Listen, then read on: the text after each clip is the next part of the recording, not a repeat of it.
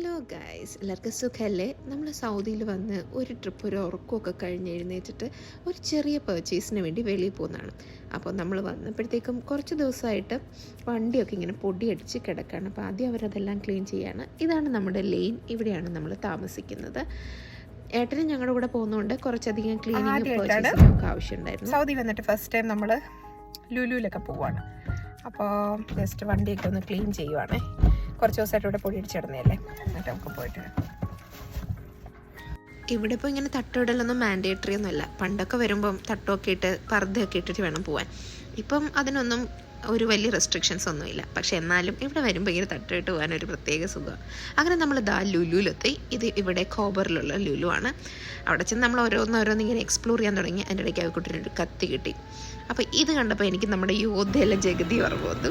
ഇവിടെ പോയാൽ നടന്നാലേ സമയം പോകുന്ന അറിയത്തില്ല. പിന്നെ നോക്കി നോക്കി നടന്നുകൊണ്ടിരിക്കണം. ഈ കാസറോൾ എങ്ങനെയുണ്ട്? അടിപൊളിയല്ലേ? നല്ല കിഡിലെ ലുക്ക് ഉണ്ടല്ലേ?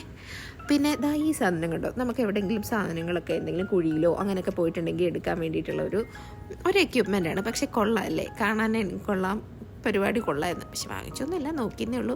ഇപ്പോൾ ഇതുപോലെ Mexican food, Indian food, Philippine food എന്നൊക്കെ പറഞ്ഞ് പ്രത്യേക കൗണ്ടറുകളുണ്ട്. അവിടെ നമുക്ക് പോയി നമ്മുടെ ആ ഒരു ട്രഡീഷണൽ സാധനങ്ങൾ കിട്ടും. പിന്നെ ഈ പോയത് നേരെ ഈ പച്ചപ്പിലും ഹരിതാപയിലേക്കുമായിരുന്നു. നാട് വിട്ട് വന്ന ആകെ മിസ് ചെയ്യുന്ന കാര്യം ഈ പച്ചപ്പാണല്ലോ. ഈ പച്ചപ്പ് പക്ഷേ ആ പച്ചപ്പല്ല. ഇത് നമുക്ക് വേണ്ട എല്ലാ ഗ്രീൻ ലീഫി വെജിറ്റബിൾസും ഇവിടെ നമുക്ക് കിട്ടും. അങ്ങനെ അവിടെ പോയി ഓരോന്നോരോന്നായിട്ട് നമ്മൾ നോക്കി എടുത്തുകൊണ്ടിരിക്കുകയാണ്. അപ്പം നമ്മൾ കുറച്ച് മല്ലിയിലും പുതിനയിലൊക്കെ എടുത്തു കഴിഞ്ഞ് ഇത് നമ്മുടെ പാലക് ചീരയാണ്. നന്നായിട്ട് അവർ നല്ല വെള്ളമൊക്കെ സ്പ്രേ ചെയ്ത് നല്ല ഫ്രഷ് ആയിട്ട് വെച്ചിട്ടുണ്ടായിരുന്നു. അപ്പം നമ്മൾ അതിനകത്തുനിന്ന് നമ്മൾ തിരിഞ്ഞ് നല്ലൊരു കെട്ട് നോക്കി എടുത്തതാണ്. എല്ലാ ടൈപ്സ് ഓഫ് ഗ്രീൻ ലീവ്സും കിട്ടും.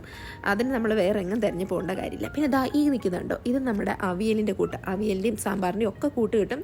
പക്ഷേ നല്ല വിലയാണ്. നാട്ടിൽ ഏതാണ്ട് ഒരു 250 രൂപയാണ് ഇത്രയും ഉള്ള ഒരു അവിയലിൻ്റെ കൂട്ടിന്.